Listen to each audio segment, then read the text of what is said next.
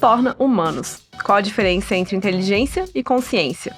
Dá para confiar só em dados? O nosso futuro será cada vez mais falando com máquinas e menos com pessoas? O uso da inteligência artificial está cada vez mais acessível. Eu mesma nem estou olhando para a câmera enquanto falo com vocês. Viu? A IA está tão próxima que tem até apelido, né? Mas tem provocado também dúvidas, angústias, entusiasmos, medos, enfim, um emaranhado de sensações. E as empresas, por sua vez, têm aproveitado essas tecnologias para mudar seus processos produtivos e ganhar competitividade. Eu sou a Marcela Fernandes e esse é o Indústria de A a Z.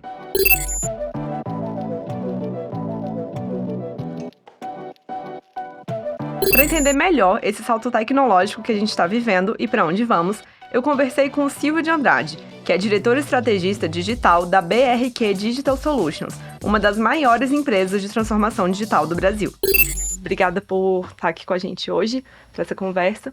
E queria pedir primeiro para você se apresentar, contar um pouquinho da sua trajetória, né, dentro da inovação e das questões de inteligência artificial e explicar um pouquinho também o que faz a empresa que você trabalha, né, a BRQ. Muito bem, obrigado aí por estar abrindo espaço para a gente falar de um tema que está muito forte no mercado, né, com muitas dúvidas, mas eu tenho minha carreira muito voltada para a transformação digital. Durante um período foi muito voltado para a inovação, principalmente quando eu estive à frente de uma startup, no momento em que a gente estava começando com esse movimento da startup, em alguns lugares a gente até chamava isso de uma forma diferente, de incubadoras, né? Uhum. E dali eu identifiquei que, dada a minha formação, que as tecnologias emergentes eram grandes habilitadoras da inovação, que elas criavam caminhos permitindo novos negócios, né? Que toda a economia podia, através dessa estrada, crescer e se multiplicar. Então, vamos dizer assim que quase 20 anos voltado para o tema de inovação, de tecnologias emergentes, e pelo menos 15 anos voltado para o tema de consultoria, né? Estando trabalhando em empresas como a BRQ, que tem por missão ajudar as empresas a criarem suas soluções digitais, né? Ela nasceu há 30 anos atrás dentro de um ambiente complexo, que é o sistema bancário, e de lá vem atuando em diversas indústrias com essa mesma missão, como que a gente pode acelerar os projetos e as iniciativas digitais, as soluções digitais dos nossos clientes e entregar valor para o cliente do nosso cliente. É um pouco da missão da empresa que ela vem construindo nos últimos 30 anos. Eu queria que você explicasse um pouquinho o que é inteligência artificial e inteligência artificial generativa, né? E o que significa esse salto tecnológico? Como que a gente pode, enfim, alcançar novos processos de inovação, enfim, o que isso significa? A inteligência artificial já é conhecida e eu acho que ela foi muito difundida ali a partir dos anos 50, e a ideia é trazer para a máquina a capacidade de aprender.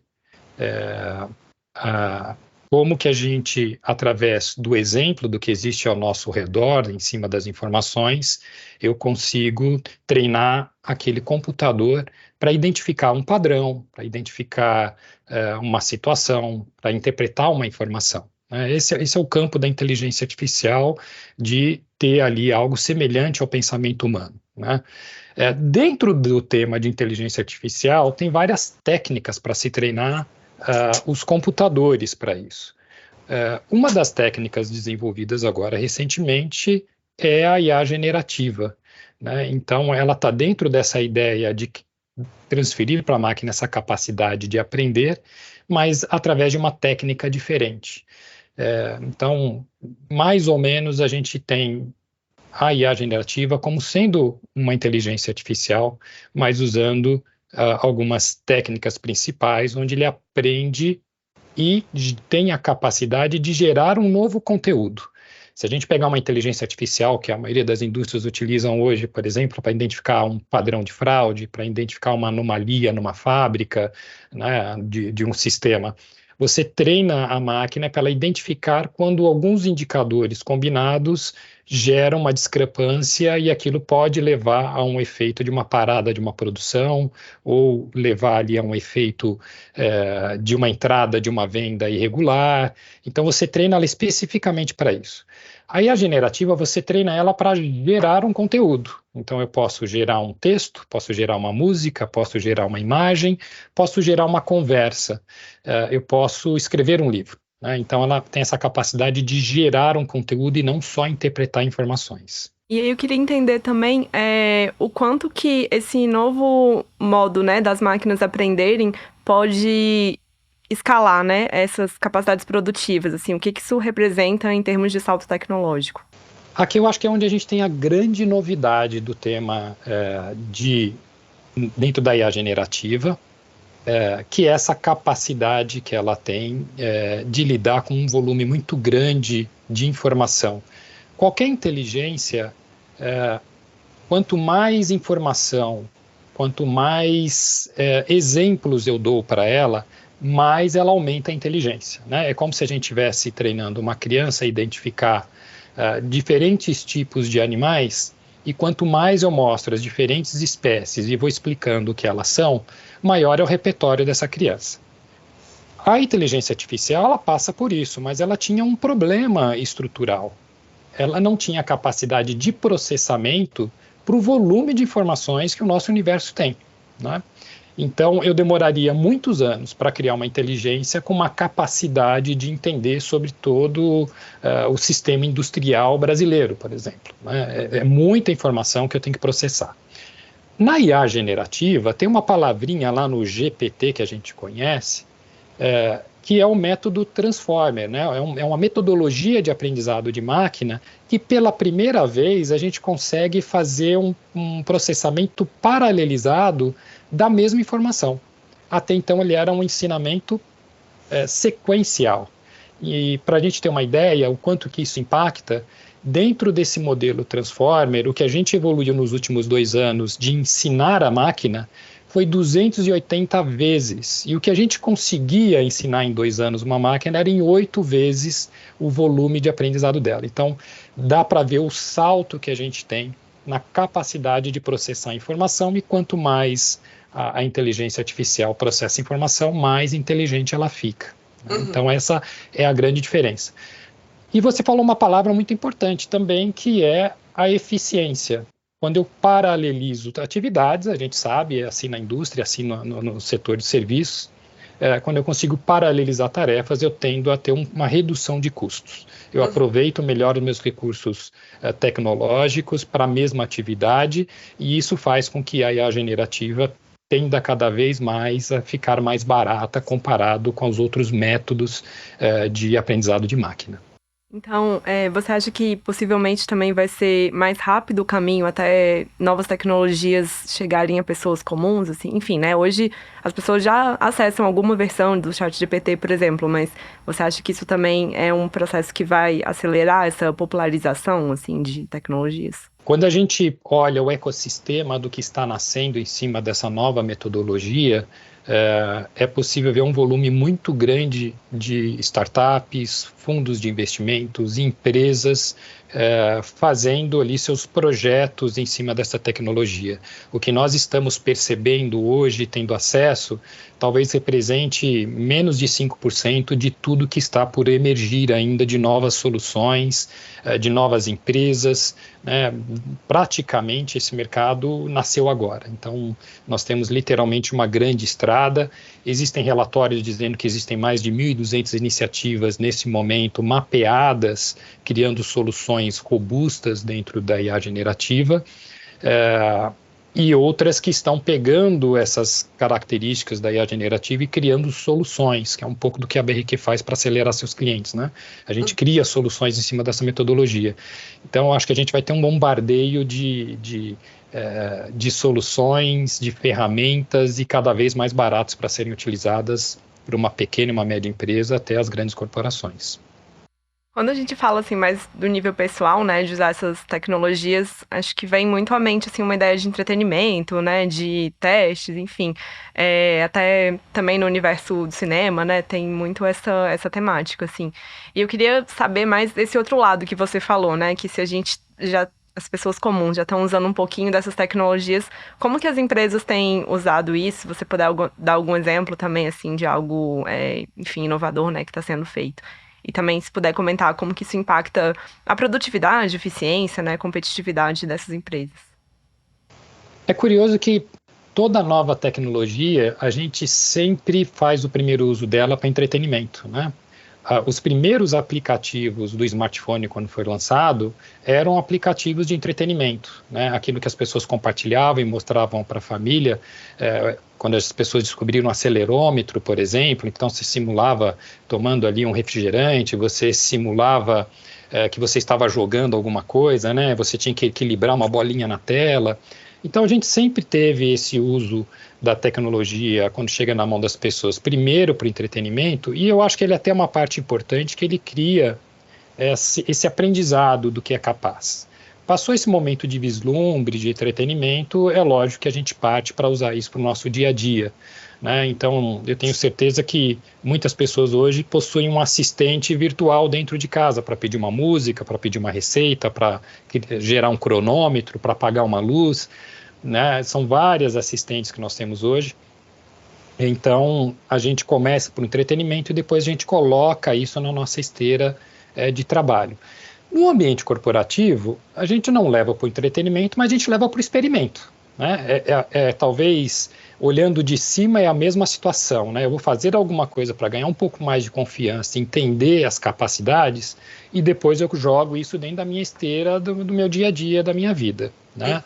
Então, no ambiente corporativo hoje, a gente tem um volume muito grande de iniciativas dentro de IA generativa, de experimentação, e aí a gente fala de experimentação, a gente pode colocar aqui quase que todas as áreas da empresa, jurídica, a área de compras, logística, atendimento, desenvolvimento de produtos, desenvolvimento de fornecedores, todos estão de alguma forma experimentando a IA generativa dentro dos seus processos. Mas o que a gente tem mais de concreto hoje é o uso da IA generativa para identificar e criar alguma coisa, e aí eu dou um exemplo para simplificar.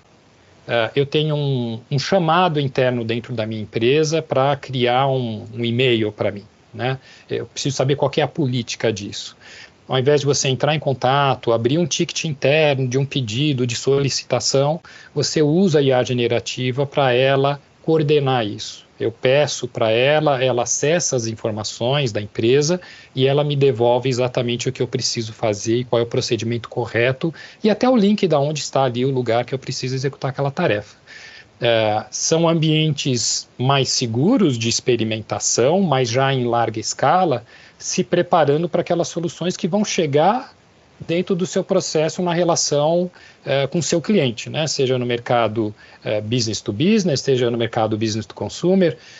Essa primeira etapa de experimentação no ambiente mais seguro, mas já em escala, é preparando, talvez para o ano que vem, as iniciativas que começam a afetar o seu cliente ali na ponta. Eu queria pedir para você dar um exemplo, assim, também de se a empresa precisa fazer algum tipo de pesquisa, e é isso, se fosse um ser humano fazendo, ia demorar, enfim, né, muitas horas, consumir ali um tempo também, né, daquela pessoa, e o quanto isso pode ser automatizado, assim, que tipo de resultado já tem sido alcançado. Nós temos, por exemplo, alguns clientes que têm pedido ajuda, né, o desenvolvimento dessa IA generativa para pesquisar novos fornecedores. É um trabalho em que você tem que entrar em diversos sites, tem que pesquisar quem fabrica uma liga de metal, você tem que pesquisar quem tem um equipamento capaz de fazer uma extrusão, ou quem é um fornecedor de um material químico combinado, enfim. São trabalhos que geralmente as pessoas fazem aos poucos e demanda muita tentativa e erro, né, por palavras-chave, por pesquisas. Isso é uma coisa literalmente que a gente pode, é uma atividade que a gente pode entregar para a IA generativa, porque ela vai entender ali o que você precisa, né, o parâmetro inicial, né, ela gera em cima de alguma coisa que a gente entrega. Olha, me encontra fornecedores que tenham estruturas de forno para liga de metal acima de tantos graus, né, e deixa ela fazer essa pesquisa, fazer essa procura na internet para identificar dentro da América Latina, dentro do Brasil, quem tem essas características para que eu possa usar isso dentro do meu material. E aí você vai ter uma lista menor, mas uma lista com uma probabilidade muito mais alta de você identificar ali futuros fornecedores, né? A gente teve uma quebra da cadeia logística muito importante e que afeta até hoje as indústrias. Então essa é uma atividade que tem intensificado muito, né? Ter alternativas de fornecimento em diversas regiões, em alguns países, para poder ter clareza e poder completar ali numa futura necessidade, né? Então esse seria um uso, por exemplo, para se fazer. Ou eu poderia pegar toda a pesquisa que eu tenho sobre desenvolvimento de materiais, ou todas as informações que eu tenho dos meus equipamentos internos, né, das minhas máquinas, e jogar para a IA generativa isso para ter alguma sugestão do que está acontecendo, algum padrão que eu não identifiquei, alguma nova visão de como eu posso evitar uma parada de uma operação, por exemplo, né, aquelas informações que a indústria tem muito ali, o tal do sistema PI, né, que você puxa ali das máquinas, dos equipamentos, e que alguém tem que ficar analisando aquilo para identificar. Então ela pode ser um braço direito aqui, né? Você pode pedir para ela, me identifique padrões dessas máquinas que estão dando uma manutenção maior, e que eu possa não ter percebido que alguma coisa está acontecendo, né? Uma variação de energia, uma variação de temperatura. Então, são formas que eu posso utilizar a IA generativa num volume de dados importante, num volume de informações importante, e que vai me trazer algo já mais consolidado, já mais mastigado, para eu tomar decisão, né? Inteligência natural, compete a mim tomar decisão se aquilo está suficiente ou não, se aquilo faz um pouco de sentido, né? Queria aproveitar essa deixa, assim, e perguntar como é que você vê essa questão, o que vai sobrar para os humanos, assim, qual que vai ser a função dentro do mundo do trabalho, né, nessa possível substituição, né, de algumas tarefas que hoje são feitas por pessoas, que poderão ser feitas, já estão sendo, né, feitas também por máquinas, e se vai ser necessário ter novas habilidades, ou enfim, como você vê esse cenário? O que nós estamos percebendo nas implantações que a gente participa com IA generativa é que ela traz um encurtamento de uma série de atividades do nosso dia a dia que consomem muito do nosso físico, da nossa mente, e que ela já traz isso já quase que pronto para consumo. Mas o que fazer com isso? Entender se essa informação é o suficiente, essa tomada de decisão, essa leitura mais refinada, vai continuar nas nossas mãos, né? Então, eu vou dar um exemplo, né? A gente estava falando aqui de cadeia logística e tudo mais. Então, imagina que eu sou de uma área de compras e eu analiso todo o processo ali, né, de sazonalidade de fornecedor, de variação de preço, variação de câmbio, consumo interno do que eu tenho, momentos em que aquele produto faltou no mercado. Então, imagina que eu passo muito tempo coletando essas informações, jogando para alguma planilha e tentando identificar ali se existe alguma oportunidade que traga uma economia, que traga uma oportunidade para a empresa de tomar uma decisão antecipada e que gere um gasto a menos, né? Comprar um produto num período em que ele está mais barato, provavelmente está mais barato. Mas para eu tomar essa decisão e ter esta visão, eu tenho um preparo muito grande dessas informações. Então a gente poderia ter a inteligência artificial hoje fazendo isso por nós, mas ao analisar qual é o produto mais importante, qual é o volume mais importante, se essa conclusão é suficiente para a empresa tomar uma atitude que faça sentido dentro da sua operação, essa visão do todo, da complexidade que a gente tem do ambiente de trabalho, isso não tem jeito, e fica na mão dos humanos por um bom período, porque mesmo a IA generativa, o que ela tem de conhecimento é muito matemático sobre o texto, sobre o código, sobre as informações. Ele não tem essa visão estratégica, ele não tem essa visão operacional, ele não tem essa percepção de impacto dos negócios que aquilo pode trazer, né? Se ele fala que ele conhece o impacto de alguma coisa, é pelo que ele tem do seu histórico de banco de dados, mas ele não consegue pensar neste impacto. Então, para isso, nós estamos aqui, né? A inteligência humana é que vai tomar essa decisão. Está ótimo, precisa refinar, tem uma oportunidade, mas ela não está pronta para o ambiente corporativo, isso é interessante, mas não escala, a operação não suporta esse tipo de processo, então esse entendimento mais amplo das coisas ainda fica por um bom tempo em nossas mãos. Eu queria pedir também para você falar um pouco sobre, justamente, né, como é que essas máquinas pensam, né? Como é que elas foram ensinadas, né? Que é a partir dessa alimentação de dados e como que isso impacta em possíveis vieses discriminatórios, né? E como que o mundo corporativo está vendo isso e pensando em soluções, né? Para evitar que acabe se reproduzindo pensamentos de discriminação racial, de gênero, social, né? Enfim. Essa é uma parte importante porque a máquina ela aprende em cima de dados. Se esse dado contém um viés, ele aprende enviesado, né? Não tem como você alimentar com dado enviesado e ele tentar corrigir isso, porque ele precisa desses exemplos para ele formar o algoritmo dele de como ele interpreta aquela informação. Então, qual que é o cuidado que a gente tem que ter? Que tipo de informação nós estamos dando para esta máquina ser alimentada, para ela poder identificar, né? Então a gente tem que ter essa curadoria da entrada e até a gente está falando de viés aqui, que são coisas mais voltadas para a sociedade, mas mesmo dentro do ambiente corporativo, se a informação que eu estou trazendo, por exemplo, sobre meus equipamentos, se a informação que eu estou trazendo sobre meu relatório financeiro são informações erradas, a conclusão e a análise que ela vai gerar lá na frente também será errada. Então, a curadoria do que entra para esses modelos é muito chave nisso. Não é jogar toda a informação e ele vai dar um jeito de entender o que está certo e o que está errado. Ele não vai. A gente tem que fazer essa curadoria na entrada e uma curadoria na saída para retroalimentar a ferramenta quando alguma coisa sai do trilho, né? Inclusive, já é um dos cargos novos que a gente tem, que é o analista de resposta da IA, né? É alguém que está ali com uma visão muito ampla dessas questões sociais, né, de inclusão, para poder olhar aquela resposta e ter um olhar se aquilo foi adequado, se aquilo está ainda contendo algum viés importante que eu preciso corrigir, né? Então, um jeito de resolver isso é cuidar dos dados.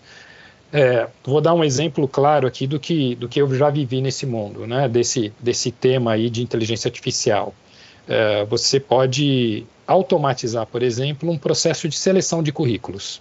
Ao invés de eu ler 1.200 currículos para uma vaga de engenheiro que eu abri, eu posso pedir para a IA, identificando aqui a minha descrição de vaga, desses 1.200 currículos, quais são os 30 com maior probabilidade de estarem dentro do que a empresa deseja, né? Então, ela vai fazer isso com louvor.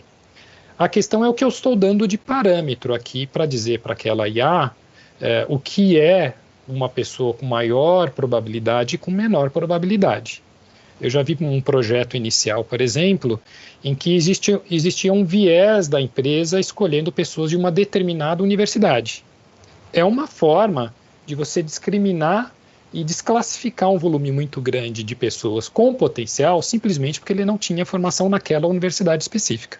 Então, às vezes, a coisa é muito sutil e a empresa pratica isso em uma vaga específica, mas se isso não for bem analisado, eu estou agora colocando isso numa ferramenta que vai fazer para 50 vagas, né, para 1.000 vagas. Então, a IA ela tem essa capacidade de escalar aquilo que eu faço no micro e que talvez hoje eu olhe aquela determinada universidade, amanhã não, porque eu, ser humano, vou tomando essas decisões. Mas para a IA a gente tem que tomar esse cuidado de entrada, eu tenho que dar essa diversidade, porque eu vou colocar aquilo para rodar num volume muito alto, numa velocidade muito alta, e aí isso amplifica. Uma pequena coisa amplifica, e daqui a pouco você percebe que você está deixando de trazer pessoas com um perfil interessante só por causa de um detalhe de uma formação ali. Então são coisas que nós temos que tomar o cuidado na entrada do dado, mas também ter pessoas olhando no final. Só vale ressaltar uma coisa, né? o uso inicial da IA generativa no ambiente corporativo, ele não está com esses dados da sociedade. Então, por exemplo, a gente implanta para cliente qual que é a resposta que um atendente de uma operação de atendimento deveria colocar no e-mail para devolver para o cliente uma dúvida, né? Aquilo está confinado ao conhecimento do tema da empresa. Então, eu mando um e-mail para uma empresa perguntando como é que eu faço para retornar um produto que deu falha aqui e eu quero substituir, né?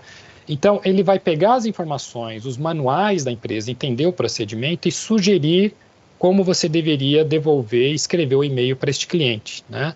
Então, ele está fechado àquelas informações da empresa. Ele não vai considerar toda a sociedade. Então, aqui você tem um ambiente em que as empresas conseguem controlar o viés, conseguem controlar, porque a gente está falando de um campo de domínio da empresa.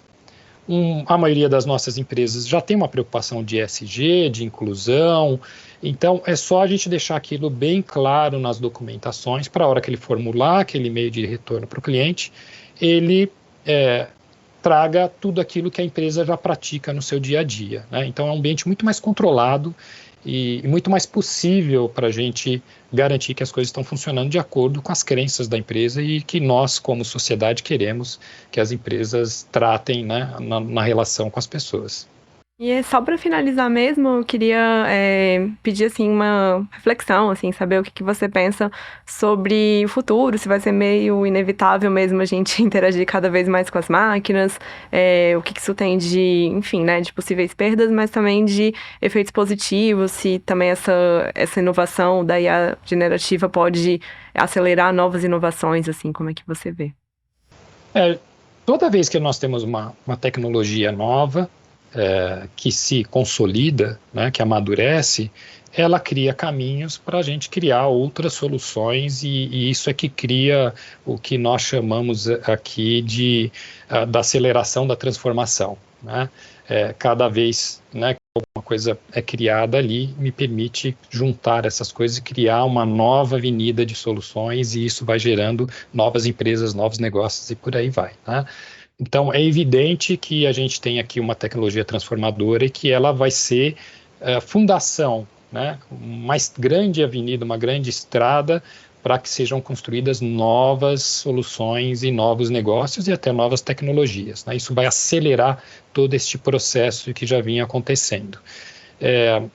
Então, é inevitável. De futuro, o que a gente já percebe?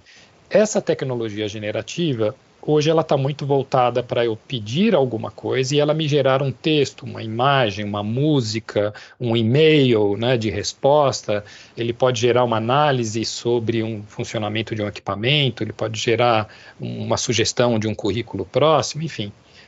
Mas o que ele não faz ainda são tarefas. E essa é a grande novidade que deve acontecer, se não ainda este ano, no começo do ano que vem, que o mercado chama de AutoGPT, e que é a capacidade dele executar tarefas. Então, eu posso pedir para ele entrar no meu sistema contábil e reclassificar contabilmente os itens que foram reclassificados com uma categoria e deveria estar em outra. Ele vai ter essa capacidade de executar tarefas. Por que isso é importante? Porque o que está à nossa volta no ambiente de trabalho começa a mudar, porque agora e a gente tem uma solução de acelerar nossos clientes, né, com a IA generativa, que nós chamamos de Fusion AI, né, um conjunto de ferramentas, mas justamente por isso, porque agora eu consigo fundir na minha atividade a inteligência artificial com a minha inteligência. Então, todo mundo vai passar a ter um assistente para perguntas, para executar tarefas, para te dar algum insight, para te montar um PowerPoint, para buscar uma informação dos últimos pedidos realizados de um fornecedor e qual foi o preço médio. Essas tarefas que a gente faz para ter acesso à informação, para tomar uma ação, a gente passa a ter ali uma fusão com a IA generativa e a gente ganha um braço a mais para realizar essas atividades. E isso tende a mudar. E isso a gente está falando aqui de, se não for no ano que vem, até o final do ano que vem, isso já começa a aparecer soluções. Nós já temos soluções no mercado hoje com isso, com o AutoGPT, mas para ganhar escala e força, é capaz que a gente tenha, a partir do ano que vem, isso mais evidente de como vai funcionar. Então, o que eu acredito de futuro é que nós, pessoas físicas, teremos um assistente para lidar com a inteligência artificial. Eu não vou ligar mais para a empresa pedindo informação de como eu retorno um equipamento que deu um erro operacional.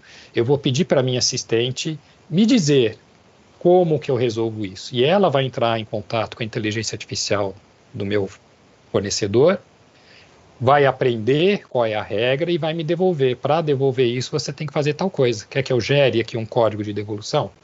Então, é capaz que essa interação, né, o futuro do atendimento ao cliente deva ser atendimento à inteligência do cliente, ao assistente do meu cliente, e aí a gente passa a deixar de lado essas atividades.